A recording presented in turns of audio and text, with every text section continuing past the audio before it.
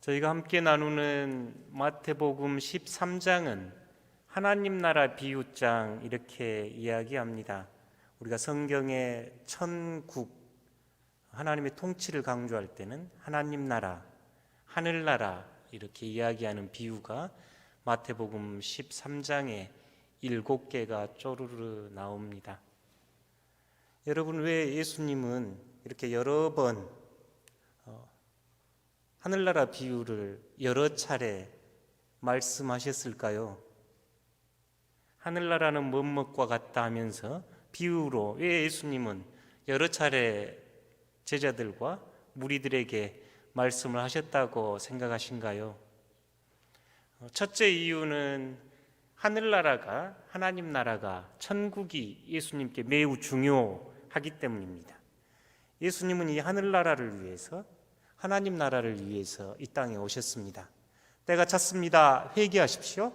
하나님의 나라가 가까이 왔습니다 하는 것이 예수님의 선포셨고, 예수님의 삶과 죽음은 이 하늘나라, 하나님 나라가 핵심이었습니다. 그래서 성경에는 이곳뿐만이 아니고 곳곳에 예수님의 삶을 통해서, 가르침을 통해서, 비유를 통해서 하늘나라를 들려주십니다.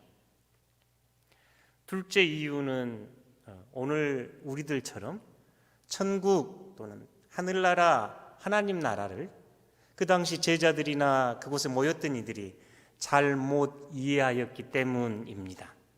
지금도 저희가 천국 이야기하면 어떤 분들은 제가 죽어서 가는 어떤 곳 이렇게 생각하고 계시는 분도 있는데, 그렇다면 이 천국은 지나치게 축소되어 버립니다.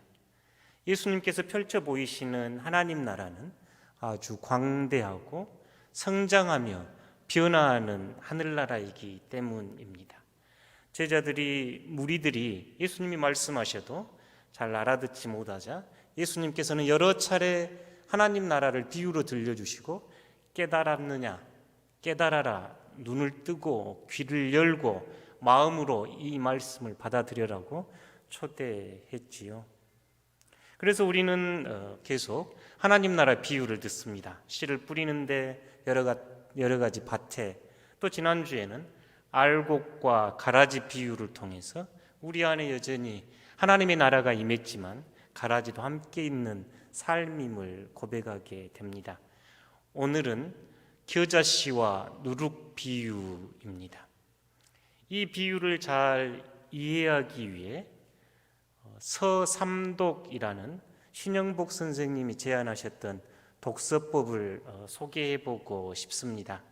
사실 신영복 선생님의 제안 말고도 성경을 연구하거나 해석할 때 여러 층위를 연구하는데요, 우리가 일상적으로 이 서삼독은 한번 새겨듣고 기억할 만하다 싶어서 소개를 합니다.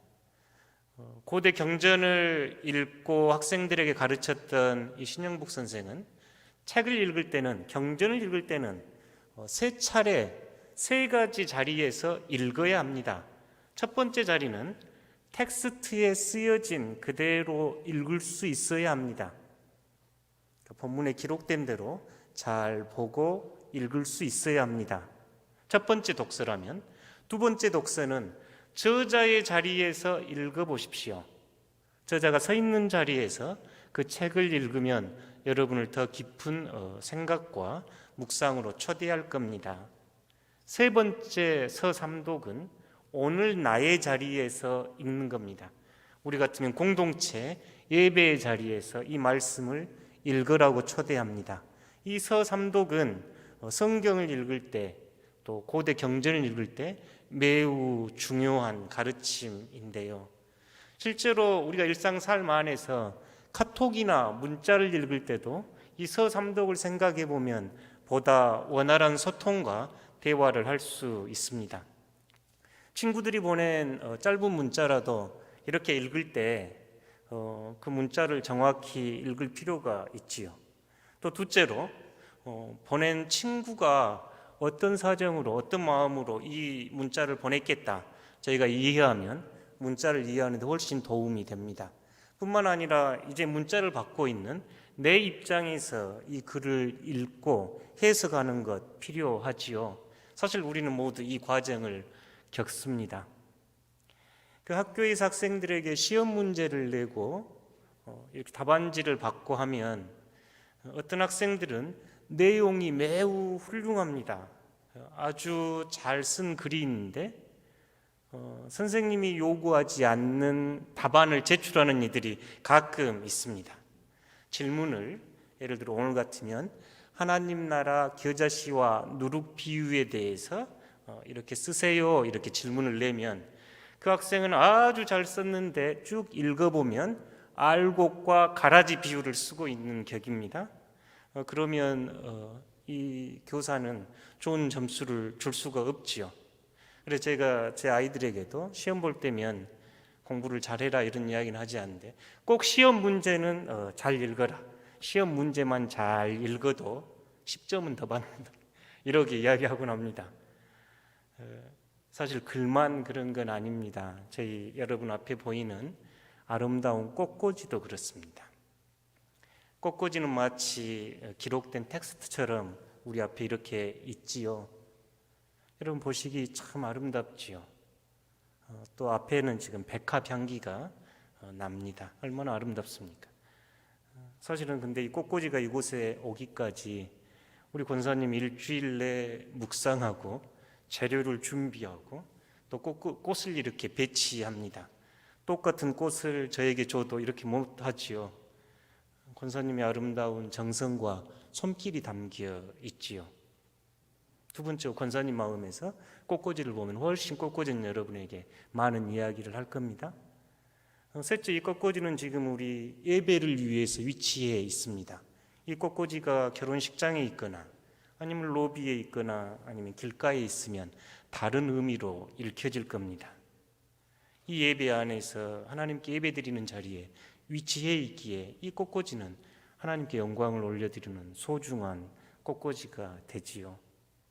글도 꽃꽂이도 마찬가지로 이렇게 세 차원으로 읽을 때 우리가 그 안에 담겨 있는 의미를 훨씬 깊이 이해하고 실제 내 삶을 바꿔나가는데 동력이 됩니다.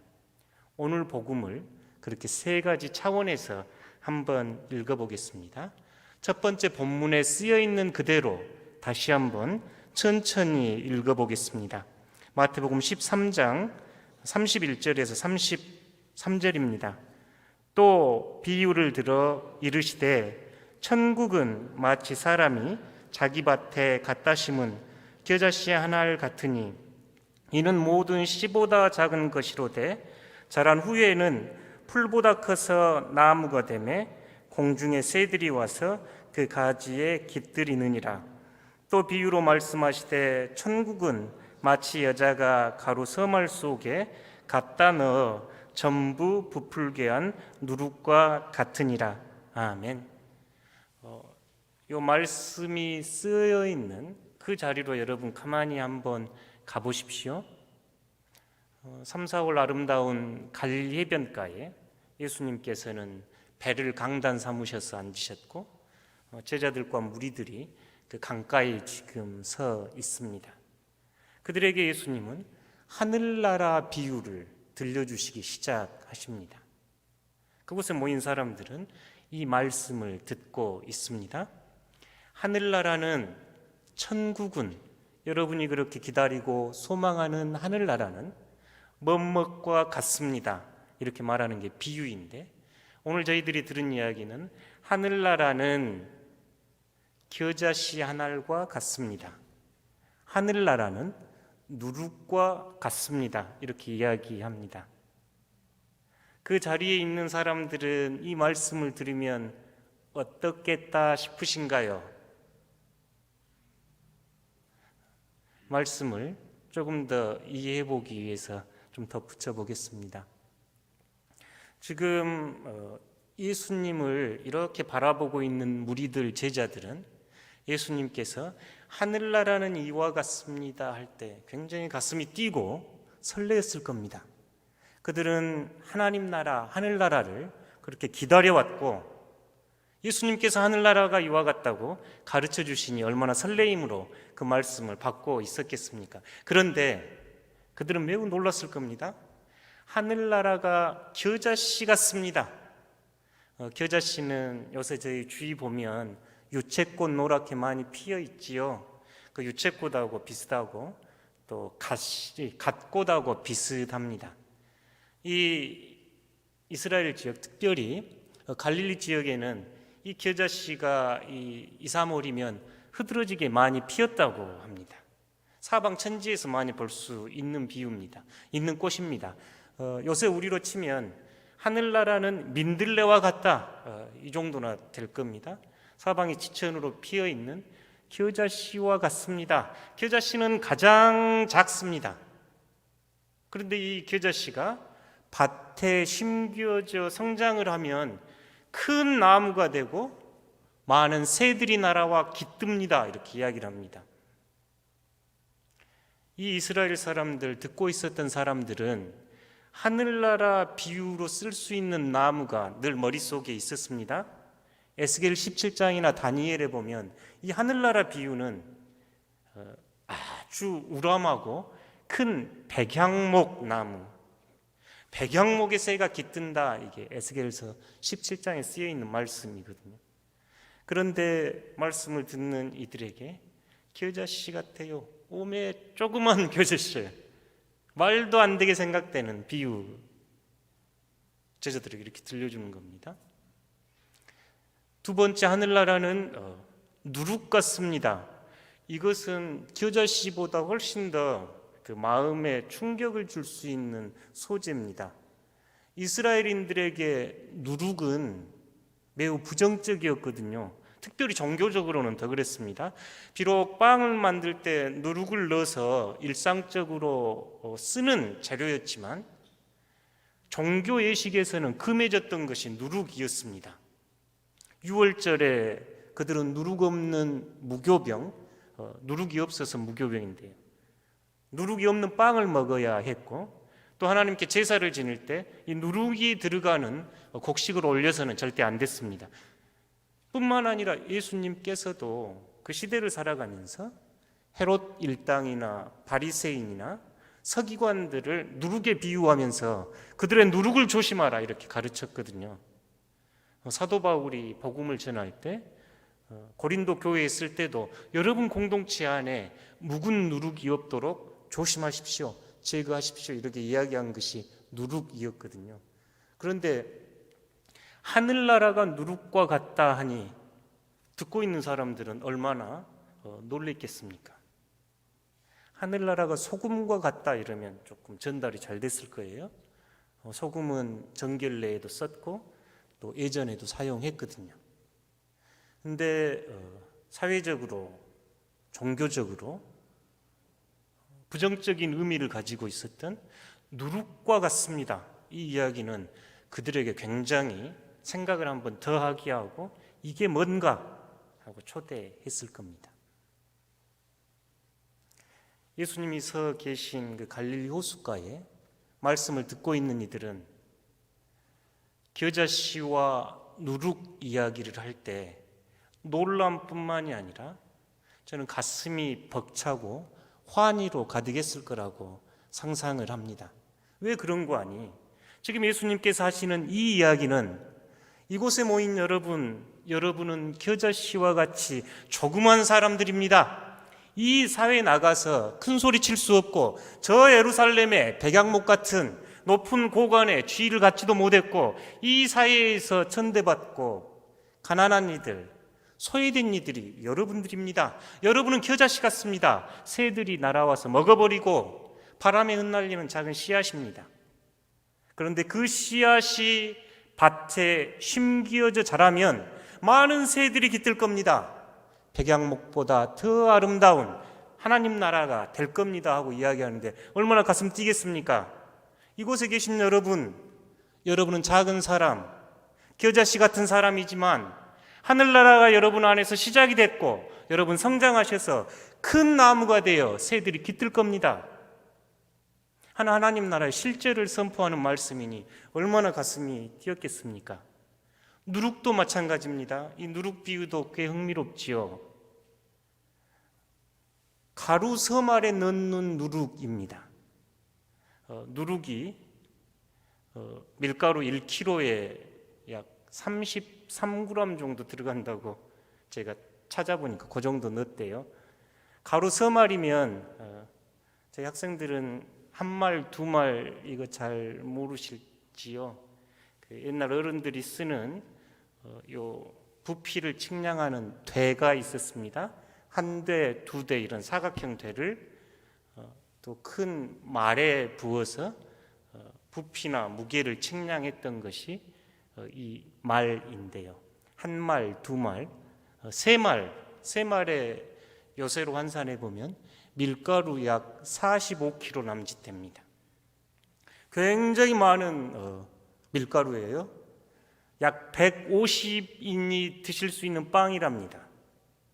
빵을 만들면 저희가 4명 식구면 4명 먹을 만큼 만들면 되는데 이 누룩은 지금 150명 남짓 드실 수 있는 많은 밀가루 안에 이 누룩이 들어가면 누룩이 빵을 전부 부풀게 합니다.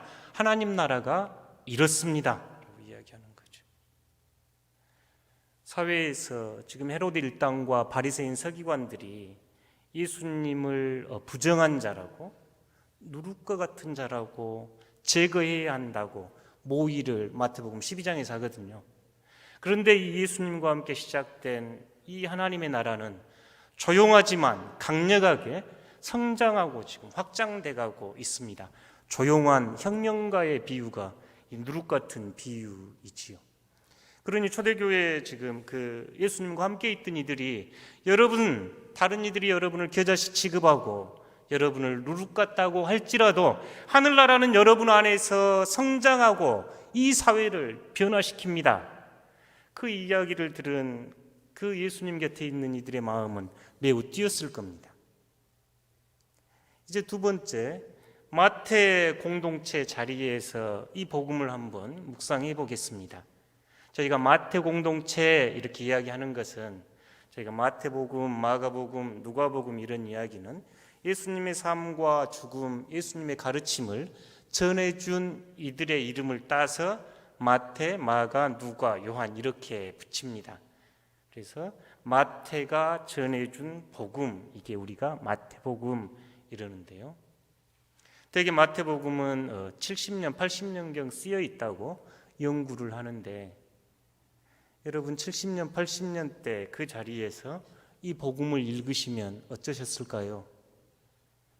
이 복음은 그들을 매우 감격하게 했을 겁니다. 외인관이 저 나사렛 갈릴리에서 시작된 예수 그리스도의 하나님 나라 운동이 마치 예수님이 십자가에서 돌아가실 때 그들은 실패처럼 여겼을 겁니다.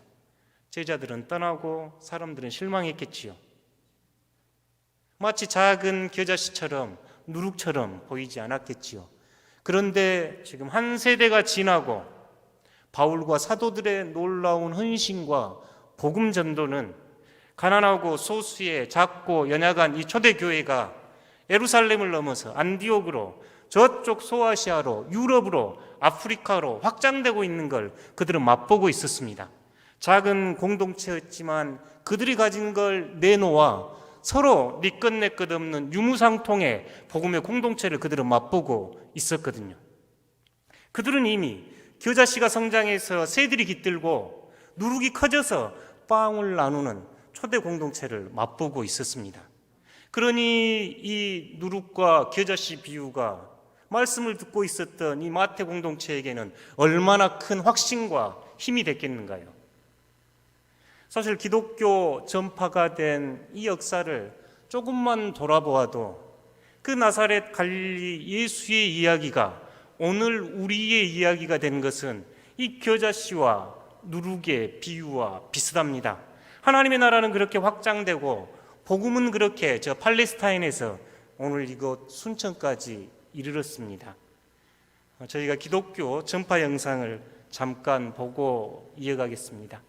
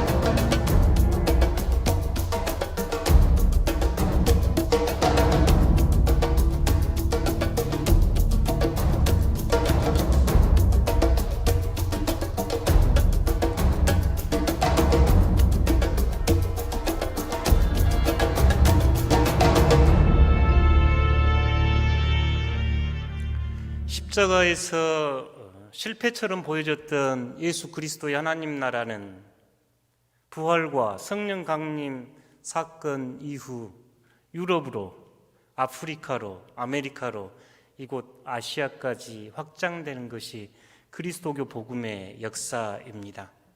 물론 그 안에는 알곡과 가라지처럼 여전히 더 성장하고 변화되어야 할 숙제를 가지고 있음에도 불구하고 우리는 성장하고 확산되는 하늘나라 복음을 충분히 역사를 통해서 이해할 수 있습니다. 이제 셋째, 그럼 오늘 우리의 자리에서 이 겨자씨와 누룩 비유는 어떻게 읽혀진가요? 여러분은 겨자씨와 누룩 비유를 읽을 때 어떠셨는가요? 예수님 곁에 있는 무리들처럼, 초대교회 성도들처럼 가슴 떨림과 감격과 환희가 있으신가요? 오늘 이 비유는 여러분을 어떻게 초대하고 있습니까? 예수님이 하늘나라 비유의 가장 좋은 주석은, 최고의 주석은, 완벽한 주석은 예수님 자신이셨습니다. 예수님의 삶을 가만히 한번 떠올려 보십시오. 정말 작은 겨자씨처럼 베들레헴 마구간의 낮은 모습으로 오셨습니다. 그분은 명예나 권력과 인기를 탐하지 않았고 누룩처럼 조용하게 이 사회 변혁의 중심으로 사셨습니다. 조용히 십자가에서 돌아가실 때조차도 그분은 사라져가는 누룩처럼 비춰졌을 겁니다. 그럼에도 오늘 여러분과 우리는 예수 그리스도를 구주로 고백하며 이 자리에 있습니다.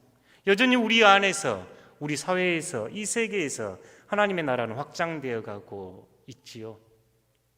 이 누룩과 겨자씨 비유는 한 개인으로 우리의 삶을 겸허하게 성찰하게 합니다. 여전히 인기나 허세, 허영, 더 큰 걸 추구하는 우리들에게 그것이 큰 의미가 없음을 이 복음은 우리로 하여금 내면의 변화와 성장, 나눔이 훨씬 더 큰 가치임을 우리에게 가르치고 있습니다. 여전히 인기도 많고 권력도 많고 재물도 많고 이런 걸 탐하는 우리 시대에 이 복음은 과감하게 우리의 내면을 향하게 하며 하나님의 나라는 작지만 강하고 확실하게 우리 안에서 시작되고 있음을 보여주고 있습니다.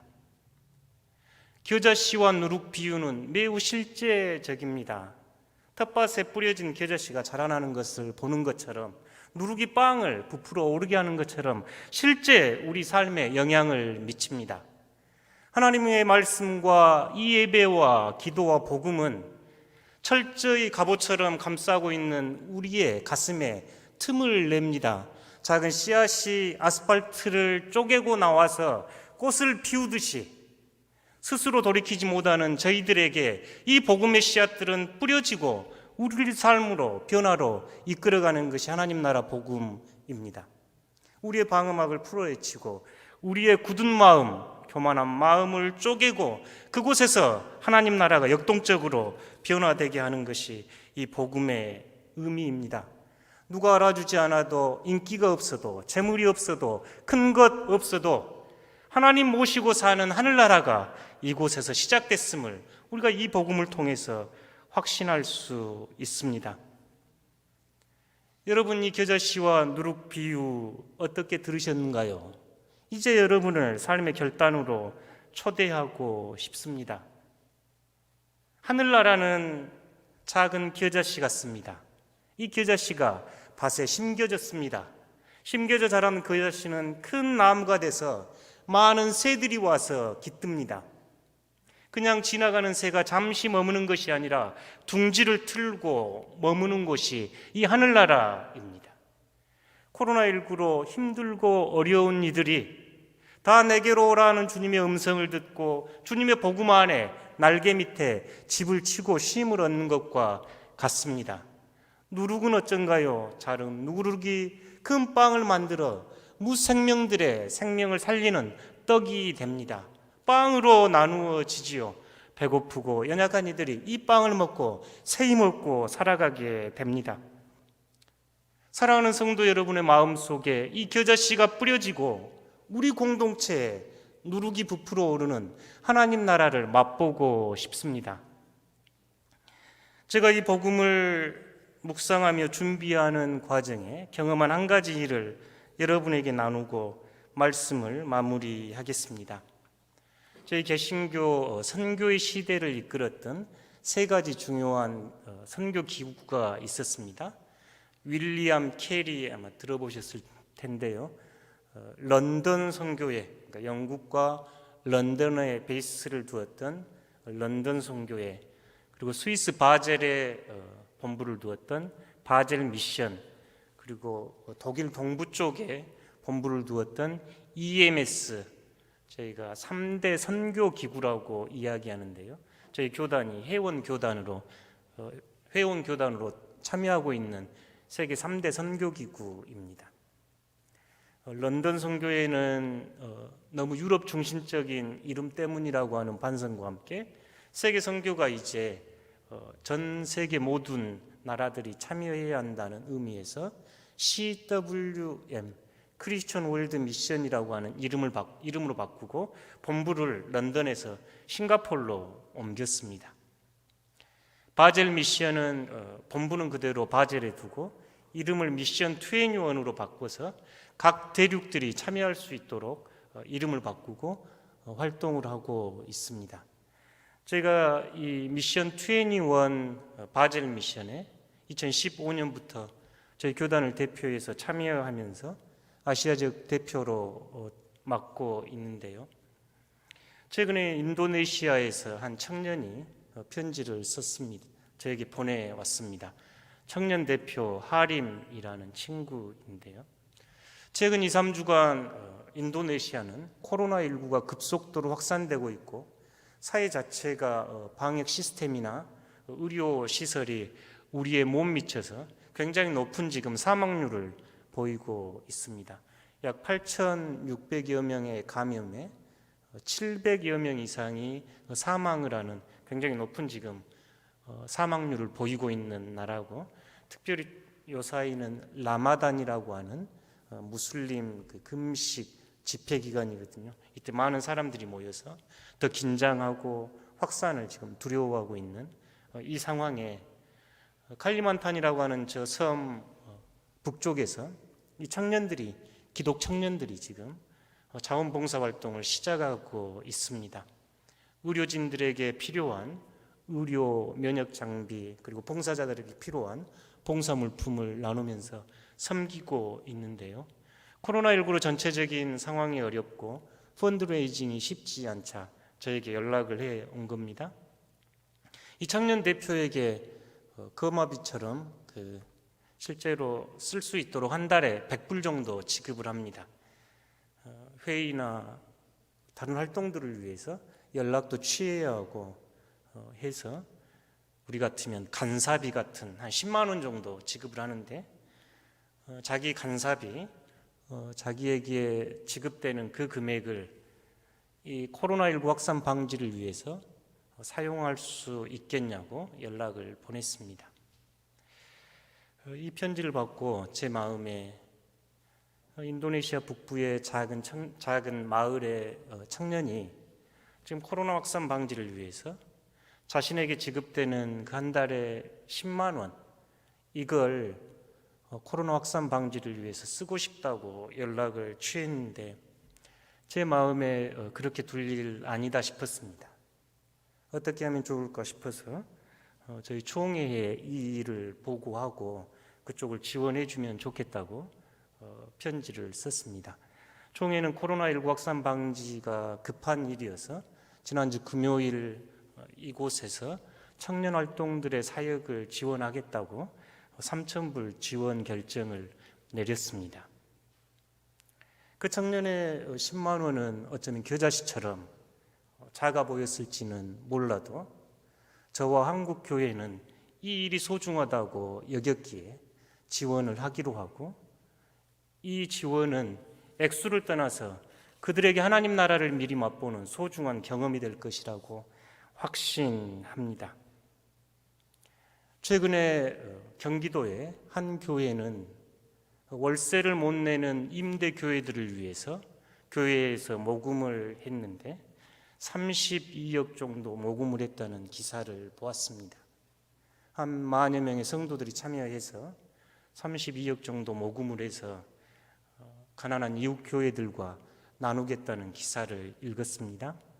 저희 순천에서도 어떤 교회들은 부활절 헌금 전체를 모아 코로나19를 위해서 특별히 사용하겠다고 하고, 어떤 교회는 대구 지역으로 보냈다고 하는 이야기를 제가 들었습니다. 사랑하는 성도 여러분, 저와 여러분이 그들의 미담을 부러워하고 있을 땐가요? 그렇지 않습니다.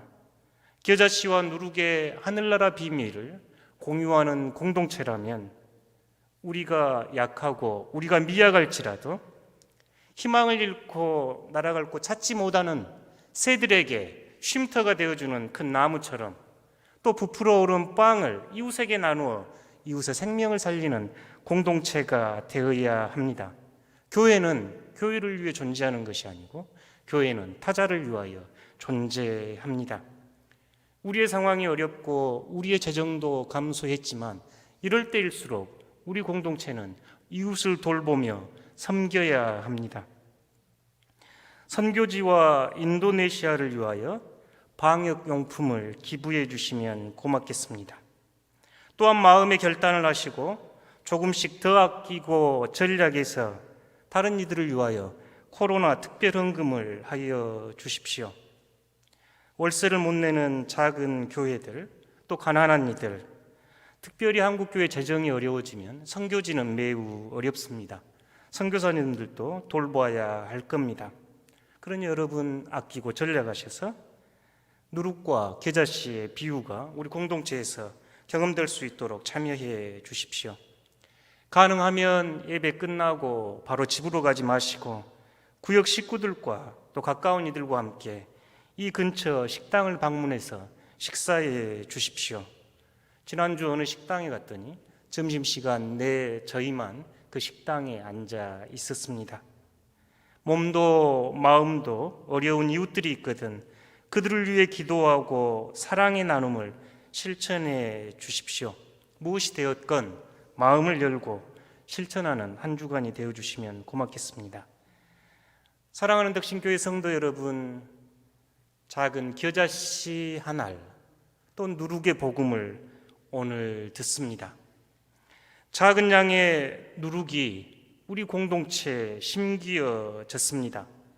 여러분의 뿌려진 겨자씨 같은 이 작은 씨앗이 크고 성장해서 큰 나무가 되어 많은 새들이 깃드는 한 주간 되시기를 축복합니다. 우리 공동체에 넣어진 누룩이 점점 부풀러 올라서 배고파하는 이들, 아파하는 이들, 신음하는 이들에게 생명의 빵이 되어주는 복된 공동체 되기를 간절히 소망합니다. 함께 기도하겠습니다.